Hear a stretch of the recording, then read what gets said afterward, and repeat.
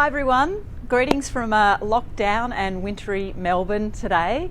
I just wanted to have a chat to you about Coles and how we've been working through the current COVID situation, because obviously we're an essential service. Our team members, our 120,000 team members are out there serving the community every single day, and it's been a busy time for us, as you can imagine. So at the very beginning of panic buying, when that started back in the beginning of March, 3rd or 4th of March, we had to quickly pivot our marketing efforts really into how we could communicate with the broader community around restrictions on things like toilet paper and pasta and rice. We had to talk about safety in our stores. We talked a lot about being kind to our team members because the anxiety levels were, and to a certain degree still are, quite high.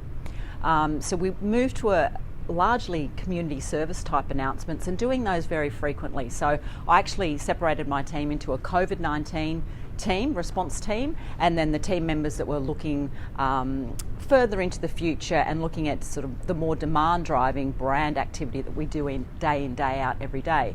So those teams could be very focused on the messages that they had to deliver for the day. An interesting thing was also doing communications with our competitors. So they were really based around being kind to all of our team members and just reminding everyone that they are out there serving on the front line every day. So that was kind of interesting. Working with your competitors to tell your customers to not buy things as a marketer is really strange, but it was really necessary for us. And then we did some really innovative things, like we leaned into the insight that our customers had very full pantries and a lot of them didn't really know how to cook from scratch. So we had a platform called What's for Dinner. We quickly pivoted that. We had the idea on a Saturday afternoon. It was on air on the Tuesday night. In the 7 News every night we had a What's for Dinner live, and we had a whole lot of chefs from Curtis to Luke Mangan to a whole lot of new chefs and cooks that we worked with, and they were teaching Australia how to cook and giving them inspiration each and every night, given that was the main entertainment we had and are still kind of mainly having.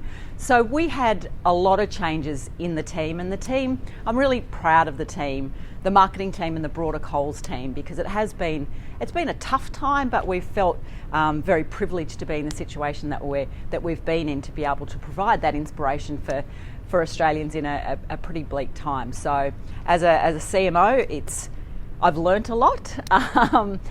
As we all probably have in our very different industries, but I've been really proud to lead such a talented team that could really pivot quickly through a really difficult time. So that's all we've got time for. I hope everyone's keeping well, and let's hope that we can all catch up as a marketing community face to face really soon. Bye everyone. Let's start with a big shout out to our teams in Melbourne who have entered into lockdown 2.0. It's a tough time when the rest of the country is open, and as humans we're very prone to comparing ourselves with others and ruining the things that we don't have. As a Melbourne boy, pre-COVID, I was in Melbourne probably 2 or 3 days a week, and it's one of the things I miss most. It's hard to maintain energy and momentum through this period of time, or in that particular environment, and finding a way to engineer an appropriate separation between what is work and what is your personal life. And in terms of ideas and initiatives, we've worked really hard on creating a sense of community. And we think about it as 4 quadrants, the first of which is company-wide, the second is within teams, the third is small groups that may or may, either between teams or within teams, and then the fourth one is between 2 individuals. And we're very intentional ways that we encourage folks to put their arms around one another, because we need to come together as a community to get through this, and it manifests itself in the work. And we take a lot of pride in the fact that it's an incredible privilege for us to be working with the Victorian government. We know at this time that what we do is more than just spots and dots and advertising. We know that we're playing our small role in influencing and impacting the lives of millions of Victorians and Melburnians right now. And we need to find ways to innovate, and our teams particularly proud of the fact that we took what was real-time data out of digital out-of-home panels and turned it into a dashboard to help the government to to monitor and track, adherence to social distancing rules. So, examples like this of things that we're doing that we're very proud of, and I think it's just a season of life, and this season too will pass, and everything will be good. So here we are, lockdown 2.0. Look, the resilience of our sales team has been amazing.